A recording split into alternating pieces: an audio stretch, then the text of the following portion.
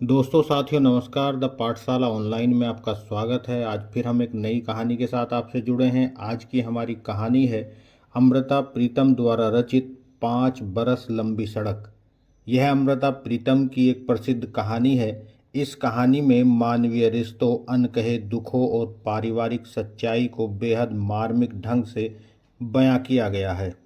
यह कहानी एक बेटे, उसकी माँ और उनके बीच के संवादों व छुपे हुए रहस्यों के इर्द गिर्द घूमती है। बेटा जब घर लौटता है और अपने सूटकेस से अपने परिवार के लिए तोहफे जैसे छोटे भाई के लिए कैमरा और भाभी के लिए अन्य चीजें निकालता है, तब माँ का व्यवहार कुछ उदास और रुआं सा हो जाता है। माँ कुछ बताना चाहती है लेकिन झिझकती है। अंततः पता चलता है कि जिस लड़की ने कभी बेटे को एक स्वेटर दिया था और जिससे उसका जुड़ाव था, उसका विवाह उसके छोटे भाई से हो गया है। जब बेटे को यह सच्चाई पता चलती है तो वह सहजता से इसे स्वीकार कर लेता है और हंसकर कहता है कि सो वह मेरी भाभी है। ओवरकोट के नीचे छुपा हुआ वह स्वेटर और परिवार की दबी हुई व्यवस्थाएं इस कहानी को एक गहरा व संवेदनशील मोड़ देती हैं। कहानी शुरू होती है। सेंक मौसम का था, मन का नहीं। हवाई जहाज वक्त पर आया था पर नीचे एयरपोर्ट से अभी सिग्नल नहीं मिल रहा था। जहाज को दिल्ली पहुंचने की खबर देकर भी अभी 10 मिनट और गुजरने थे, इसलिए शहर के ऊपर उसको कुछ चक्कर लगाने थे। उसने खिड़की में से बाहर झांकते हुए शहर के मुंडेरे पहचाने। मुंडेरे, किले, खंडहर, खेत। क्या पहचान सिर्फ आंखों की होती है? आंखें इस पहचान को अपने से आगे कहीं नीचे तक क्यों नहीं उतारती? उसे ख्याल आया, पर एक धुन जैसी सोच की तरह नहीं, ऐसे ही रह जाता ख्याल। मुंडेर, किले, खंडहर, खेत उसने कई देशों के देखे थे, पर देश में इन चीज़ों के यही नाम होते हैं। चाहे हर देश में इन चीज़ों का अलग अलग इतिहास होता है, इनके रंग, इनके कद, इनकी मुँह मुहार भी अलग अलग होती है। एक इंसान से अलग दूसरे इंसान की तरह, पर फिर भी इंसान का नाम इंसान ही रहता है। मुंडेरों का नाम भी मुंडेर ही रहता है, किले का नाम भी किला ही। सिर्फ एक हल्का सा फर्क था, हर देश में इन चीज़ों को देखते वक्त एक ख्याल सा रहता था कि वह इन्हें पहली बार देख रहा था। पर आज अपने देश में इन्हें देखकर उसे लग रहा था कि वह इन्हें दूसरी बार देख रहा था। और उसे ख्याल आया, अगर वह फिर कुछ दिनों बाद परदेश गया तो वहां जाकर उन्हें देखकर भी इसी तरह लगेगा कि वह उनको दूसरी बार देख रहा है। बिल्कुल आज की तरह। यह देश और परदेश का फर्क नहीं था, यह सिर्फ पहली बार और दूसरी बार देखने का फर्क था। जहाज ने लैंड किया, एयरपोर्ट भी जाना पहचाना सा लगा, दूसरी बार देखने की तरह। इससे ज़्यादा उसके मन में कोई सेंक नहीं था। ओवरकोट उसके हाथ में था, गले का स्वेटर भी उतार कर उसने कंधे पर रख लिया। सेंक मौसम का था, मन का नहीं। कस्टम में से गुजरते वक्त उसे एक फॉर्म भरना था कि पिछले 9 दिन वह कहाँ कहाँ रहा था। पिछले 9 दिन वह सिर्फ जर्मनी में रहा था। उसने फॉर्म भर दिया और उसे ख्याल आया, अच्छा है, कस्टम वाले सिर्फ 9 दिन का लेखा पूछते हैं, 20-25 दिनों का नहीं।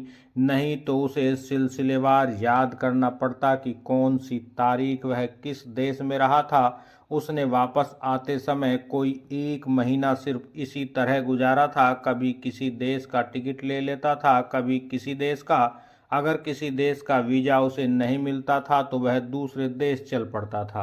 पासपोर्ट की चेकिंग करते समय और पासपोर्ट वापस करते हुए एक अफसर ने मुस्कुराकर कहा था, जनाब 5 बरस बाद देश आ रहे हैं। बिल्कुल उसी तरह जिस तरह एयर होस्टेस ने राह में कई बार बताया था कि इस वक्त तक हम इतने हजार किलोमीटर तय कर चुके हैं। गिनती अजीब चीज होती है, चाहे मीलों की हो या बरसों की। उसे हंसी सी आई। जहाज में से उसके साथ उतरे हुए लोगों को लेने आए कुछ लोग हाथ मिलाकर भी मिल रहे थे, गले में बाहें डालकर भी मिल रहे थे। कईयों के गले में फूलों के हार भी थे। पसीने की और फूलों की गंध से शायद एक तीसरी गंध और भी है, उसे ख्याल आया, पर तीसरी गंध की बात उसे एक थीसिस लिखने के बराबर लगी। वह अभी अभी एक परदेसी जबान सीखकर और उसके लिटरेचर पर थीसिस लिख के एक डिग्री लेकर आया था। नए थीसिस की कोई बात वह अभी नहीं सोचना चाहता था, इसलिए सिर्फ पसीने और फूलों की गंध सूंघता हुआ वह एयरपोर्ट से बाहर आ गया। घर में सिर्फ माँ थी। जाते वक्त बाप भी था, छोटा भाई भी और एक लड़की। नहीं, वह लड़की घर में नहीं थी, वह सिर्फ उसी दिन, उसके जाने वाले दिन आई थी। छोटा भाई ब्याह करा के अब दूर नौकरी पर रहता था, घर में नहीं था। बाप अब इस दुनिया में कहीं नहीं था, इसलिए घर में सिर्फ माँ थी। कई चीज़ें अंदर से बदल जाती हैं पर बाहर से वही रहती हैं। कई चीज़ें बाहर से बदल जाती हैं पर अंदर से वही रहती हैं। उसका कमरा बिल्कुल उसी तरह था, उसका पीला गलीचा, उसकी खिड़की के टसरी पर्दे, उसकी मेज पर पड़ी हुई हरी धारियों का फूलदान और दहलीज में पड़ा हुआ गहरा खाकी पायदान। चांदनी का पौधा भी उसकी खिड़की के आगे उसी तरह खिला हुआ था, पर पहले इस सब कुछ की गंध दीवारों की ठंडी गंध के समेत उसके साथ लिपटी सी जाती थी, और अब उसे लगा कि वह उसके साथ लिपटने से सकुचाती, सिर्फ उसके पास से गुजरती थी और फिर परे हो जाती थी। पता नहीं उसके अंदर कहाँ क्या बदल गया था। माँ कश्मीरी सिल्क की तरह नरम होती थी और तनी सी भी, पर उम्र ने उसे जैसे धोसा दिया था। वह सारी की सारी सिकुड़ गई लगती थी। माँ से मिलते वक्त उसका हाथ माँ के मुंह पर ऐसे चला गया था जैसे उसे हथेली से मांस की सारी सिकुड़ने निकाल देनी हो। माँ की आवाज़ भी बड़ी धीमी और क्षीण सी हो गई लगती थी। शायद पहले उसकी आवाज़ का जोर उसके कद जितना था, उसके मर्द के कद जितना, और उसके बिना अब वह नीचा हो गया था, मुश्किल से उसके अपने कद जितना। जब उसने बेटे का मुंह देखा था, उसके सीने की सांस उसी तरह उतावली हो गई थी जैसे हमेशा होती थी। वह कहीं किसी जगह बिल्कुल वहीं थी जो हमेशा होती थी, सिर्फ उसके बाहर बहुत कुछ बदल गया था। मुझे पता था तू आज या कल किसी दिन भी अचानक आ जाएगा, माँ ने कहा। उसने अपने कमरे में लगे हुए ताजे फूलों को देखा और फिर माँ की तरफ। माँ की आवाज़ सकुचा सी गई। यह तो मैं रोज ही रखती थी। रोज? कितने दिनों से? वह हंस पड़ा। रोज? माँ की आवाज़ उसके जिस्म की तरह और सिकुड़ गई। जिस दिन से तू गया था, 5 वर्षों से, वह चौंक सा गया। माँ सकुचाहट से बचने के लिए रसोई में चली गई थी। उसने जेब में से सिगरेट का पैकेट निकाला, लाइटर पर उंगली रखी तो उसका हाथ ठिठक गया। उसने माँ के सामने आज तक सिगरेट नहीं पी थी। माँ ने शायद उसके हाथ में पकड़ा हुआ सिगरेट का पैकेट देख लिया था। वह धीरे से रसोई से बाहर आकर और बैठक में से एस्ट्रे लाकर उसकी मेज पर रख गई। उसे याद आया, छोटे होते हुए माँ ने उसे एक बार चोरी से सिगरेट पीते देख लिया था और उसके हाथ से सिगरेट छीनकर खिड़की से बाहर फेंक दी थी। माँ शायद वही थी, पर वक्त बदल गया था। माँ फिर रसोई में चली गई। वह चुपचाप सिगरेट पीने लगा। मुझे पता था तू आज या कल किसी दिन भी आ जाएगा। उसे माँ की अभी कही गई बात याद आई और उसके साथ मिलती जुलती एक बात भी याद आई। मुझे पता लग जाएगा, जिस दिन तुम्हें आना होगा मैं खुद उस दिन तुम्हारे पास आ जाऊंगी। बहुत देर हुई। जब वह परदेश जाने लगा था, उसे एक लड़की ने यह बात कही थी। उस लड़की से उसकी दोस्ती पुरानी नहीं थी, वाकफियत पुरानी थी, दोस्ती नहीं थी। पर 5 वर्षों के लिए परदेश जाने के वक्त जाने की खबर सुनकर अचानक उस लड़की को उसके साथ मोहब्बत हो गई थी। जैसे जहाज में बैठे किसी मुसाफिर को अगले बंदरगाह पर उतर जाने वाले मुसाफिर से अचानक ऐसी तार जुड़ी सी लगने लगती है कि पलों में वह उसे बहुत कुछ दे देना और उससे बहुत कुछ ले लेना चाहता है, और ऐसा वक्त बरसों में गुजरने वाला पलों में गुजर जाता है। उसने यह गुजरना देखा था, अपने साथ नहीं, उस लड़की के साथ। तुम्हारा क्या ख्याल है, मैं जो कुछ जाते वक्त हूँ वही आते वक्त होऊंगा, उसने कहा था। मैं तुम्हारी बात नहीं कहती, मैं अपनी बात कहती हूँ, लड़की ने जवाब दिया। तुम यहीं होगी, यह तुम्हें किस तरह पता है? लड़कियों को पता होता है तो लड़कियां बाबरी होती हैं। वह हंस पड़ा था। लड़की रो पड़ी थी। जाने में बहुत थोड़े दिन थे। 5 दिन और 5 रातें लगाकर उस लड़की ने एक पूरी बाहों वाला स्वेटर बुना था, उसे पहनाया था और कहा था, बस एक इकरार मांगती हूँ और कुछ नहीं, जिस दिन तुम वापस लौटो गले में यही स्वेटर पहन कर आना। तुम्हारा क्या ख्याल है? मैं वहाँ 5 बरस उसने जो कुछ लड़की को कहना चाहा था, लड़की ने समझ लिया था। जवाब दिया था, मैं तुमसे अनहोने इकरार नहीं मांगती, सिर्फ यह चाहती हूँ कि वहाँ का वहीं छोड़ाना। वह कितनी देर तक उस लड़की के मुंह की तरफ देखता रहा था और फिर उसको यह सब कुछ एक अनादि औरत का अनादि छल लगा था। वह बेवफाई की छूट दे रही थी, पर उस पर वफा का भार लाद कर कह रही थी, मैं तुम्हें खत लिखने के लिए भी नहीं कहूँगी, सिर्फ उस दिन तुम्हारे पास आऊँगी जिस दिन वापस आओगे। तुम्हें किस तरह पता लगेगा मैं किस दिन वापस आऊँगा? लड़की को टीज करने के लिए उसने कहा था, और उसने जवाब दिया था, मुझे पता लग जाएगा जिस दिन तुम्हें आना होगा। उस दिन वह हंस दिया था। उसने परदेश देखे थे, बरस देखे थे, लड़कियां भी देखी थी, पर किसी चीज में उसने डूब कर नहीं देखा था, सिर्फ किनारों से छूकर।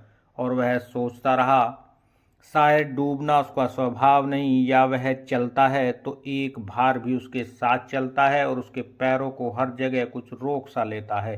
इन बरसों में उसने कभी उस लड़की को खत नहीं लिखा था। लड़की ने कहा भी इसी तरह था। हर देश की दोस्ती उसने उसी देश में छोड़ दी। यह शायद उसका अपना ही स्वभाव था, या इसलिए कि उस लड़की ने कहा था।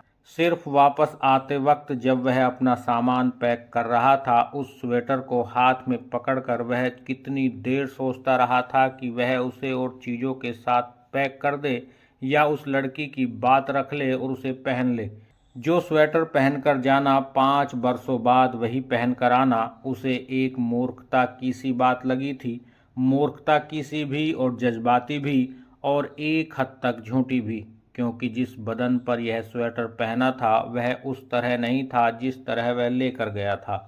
पर उसने स्वेटर को पैक नहीं किया, गले में डाल लिया। ऐसे जब वह स्वेटर पहनकर शीशे के सामने खड़ा हुआ, उसे आर्ट गैलरियों में बैठे हुए आर्टिस्ट याद आ गए जो पुरानी और क्लासिक पेंटिंग्स की हूबहू नकल तैयार करते हैं। और स्वेटर पहनकर उसे लगा उसने भी अपनी एक नकल तैयार कर ली है। इस नकल से वह शर्मिंदा नहीं था, सिर्फ इस नकल पर वह हंस रहा था। माँ को वह सब कुछ याद था जो कभी उसे अच्छा लगता था, लेकिन वह स्वयं भूल गया था। देख तो अच्छा बना है। माँ ने जब पनीर का पराठा बनाकर उसके आगे रखा तो उसको याद आया कि पनीर का पराठा उसे बहुत अच्छा लगता था। माँ ने जाने वाले दिन भी बनाया था। उसने एक कोर तोड़कर मक्खन में डुबाया और फिर माँ के मुंह में डालकर हंस पड़ा। वहाँ लोग पनीर को बहुत खाते हैं, पर पनीर का पराठा कोई नहीं बनाता। यह छुटपन से उसकी यादें थी जब वह बड़ा रो में होता था, रोटी का पहला कोर तोड़कर माँ के मुंह में डाल देता था। तू 7 विलायत घूमकर भी वही का वही है, माँ के मुंह से निकला और उसकी आंखों में पानी भर आया। भरी आंखों से वह कह रही थी, तू आया है, सब कुछ फिर उसी तरह हो गया है। वह नहीं था, कुछ भी वह नहीं था। जाते वक्त जो कुछ था वह सब बदल गया था। उसने बाप की बात नहीं छेड़ी थी, सिर्फ उसके खाली पलंग की तरफ देखा था और फिर आंखें परे कर ली थी। माँ के दिन ब दिन मुरझाते मुंह की बात भी नहीं की थी। छोटे भाई की खैर खबर पूछी थी, पर यह नहीं कहा था कि माँ को अकेला छोड़कर उसे इतनी दूर नहीं जाना चाहिए था। पर माँ कह रही थी, सब कुछ फिर उसी तरह हो गया है। झटपट जो कोई भुलावा पड़ जाए, क्या हरज है? उसने सोचा भी यही था। माँ के मुंह में अपनी रोटी का कोर भी इसीलिए डाला था। उसने कोई और भी माँ की मर्जी की बात करनी चाहिए। पूछा, भाभी कैसी है, तुम्हें पसंद आई है? माँ ने जवाब नहीं दिया, सिर्फ सवाल सा किया, मेरा ख्याल था तू विलायत से कोई लड़की। वह हंस पड़ा। बोलता क्यों नहीं? विलायत की लड़कियां विलायत में ही अच्छी लगती हैं, सब वहीं छोड़ आया हूँ। मैंने तो इस महीने पिछले दोनों कमरे खाली करवा लिए थे, सोचा था तुझे ज़रूरत होगी। ये कमरे किराए पर दिए हुए थे। छोटा भी चला गया था, घर बड़ा खाली था, इसलिए पिछले कमरे चढ़ा दिए थे। जरा हाथ भी खुला हो गया था। तुम्हें पैसे की कमी थी, उसे परेशानी सी हुई। नहीं, पर हाथ में 4 पैसे हो तो अच्छा होता है। छोटे की तनख्वाह थोड़ी नहीं है, पर वह भी अब परिवार वाला है। आजकल में ही उसके घर सो मेरी माँ दादी बन जाएगी। उसने माँ को हंसाना चाहा, पर माँ कह रही थी, मुझे तो कोई उज्र नहीं था जो तू विलायत से कोई लड़की। वह माँ को हंसाने के यत्न में था, इसलिए कहने लगा, लाने तो लगा था, पर याद आया कि तुमने जाते समय पक्की की थी कि मैं विलायत से किसी को साथ न लाऊं। उसे याद आया, जाने वाले दिन वह लड़की जब मिलने आई थी वह माँ को अच्छी लगी थी। माँ ने उन दोनों को इकट्ठा देखकर ताकीद की थी, देख कहीं विलायत से न कोई ले आना। कोई भी अपने देश की लड़की की रीस नहीं कर सकती। पर इस वक्त माँ कह रही थी, वह तो मैंने वैसे ही कहा था। पीछे एक खत में मैंने तुझे लिखा भी था कि जो तेरा जी चाहता हो। यह तो मैंने सोचा तुमने ऐसे ही लिख दिया होगा। वह हंस पड़ा और फिर कहने लगा, अच्छा, जो तुम कहो तो मैं अगली बार ले आऊँगा। तू फिर जाएगा? माँ घबरा सी गई। वह भी जो तुम कहो तो नहीं। उसे लगा उसे आते ही जाने की बात नहीं करनी चाहिए थी। आते वक्त उसे एक यूनिवर्सिटी से एक नौकरी ऑफर हुई थी, पर वह इतने बरसों बाद एक बार वापस आना चाहता था, चाहे महीनों के लिए ही। जो तुम कहोगी तो नहीं जाऊंगा, उसने फिर एक बार कहा। माँ को कुछ तसल्ली आ गई, कहने लगी, तू सामने होगा, चूल्हे में आग जलाने की तो हिम्मत आ जाएगी। वैसे तो कई बार चारपाई से ही नहीं उठा जाता। माँ, तुम इतनी उदास थी तो छोटे के साथ उसके घर। मैं यहाँ अपने घर अच्छी हूँ, अब तू आ गया है, मुझे और क्या चाहिए। उसको लगा माँ बहुत उदास है, और शायद उसकी उदासी का संबंध सिर्फ उसके अकेलेपन से नहीं, किसी और चीज से भी था। खिड़की में से आती धूप की लकीर दीवार पर बड़ी शौक सी दिख रही थी। उसने खिड़की के पर्दे को सरकाया और उसे गलीचे का पीला रंग ऐसे लगा जैसे निश्चिंत सा होकर कमरे में सो गया हो। तू थक गया होगा, कुछ सो ले, माँ ने कहा, और मेज पर से प्लेट उठाकर कमरे से जाने लगी। नहीं, मुझे नींद नहीं आ रही, उसने हल्का सा झूठ बोला और कहा, मैं तुम्हारे लिए 1-2 चीजें लाया हूँ, देखूं पूरी आती है कि नहीं। उसने सूटकेस खोला। एक गर्म काली ऊन की शॉल थी, पंखों जैसी हल्की, माँ के कंधे पर डालकर कहने लगा, यह जाड़े की चीज है, पर 1 मिनट अपने ऊपर ओढ़ कर दिखाओ, यह तुम्हें अच्छी लगेगी। फिर उसने फर के स्लीपर निकाले, माँ के पैरों में पहनाकर कहने लगा, देखो कितने पूरे आए हैं, मुझे डर था छोटे न हो। इस उम्र में मुझे अच्छे लगेंगे। माँ की आंखों में पानी सा भर आया। माँ का ध्यान बांटने के लिए और चीजें दिखाने लगा। प्लास्टिक की एक छोटी सी डिब्बी में कुछ सिक्के थे, इटली के लीरा, युगोस्लाविया के दीनार, बल्गारिया के लेता, हंगरी के फोर्टेस, रोमानिया के लई, जर्मनी के दीनार। उसने सिक्कों को खनखनाया और कहने लगा, माँ, तुमने कहा था ना कि छोटे के घर बहुत जल्दी कोई बच्चा। हाँ हाँ, कहा था। माँ कमरे से जाने के लिए उतावली सी लगी। यह अपने भतीजे को दूंगा। और फिर उसने सूटकेस में से और चीजें निकाली। छोटे के लिए है कैमरा और भाभी के लिए यह मारुआसी सी हो गई। उसका हाथ रुक गया। माँ, क्या बात है, तुम मुझे बताती क्यों नहीं। माँ चुप थी। उसने माँ के कंधे पर हाथ रखा। माँ को कोई कहीं कसूरवार लगता था, पता नहीं कौन, और सोच सोच कर उसे अपना मुंह ही कसूरवार लगने लगा था। उसने एक विवशता से उसकी तरफ देखा। माँ, तुम कुछ बताना चाहती हो पर बताती नहीं। वह लड़की, कौन सी लड़की? जो तुझे उस दिन मिलने आई थी, जिसने तेरे लिए एक स्वेटर। हाँ हाँ, क्या हुआ उस लड़की को? उसने छोटे के साथ ब्याह कर लिया है।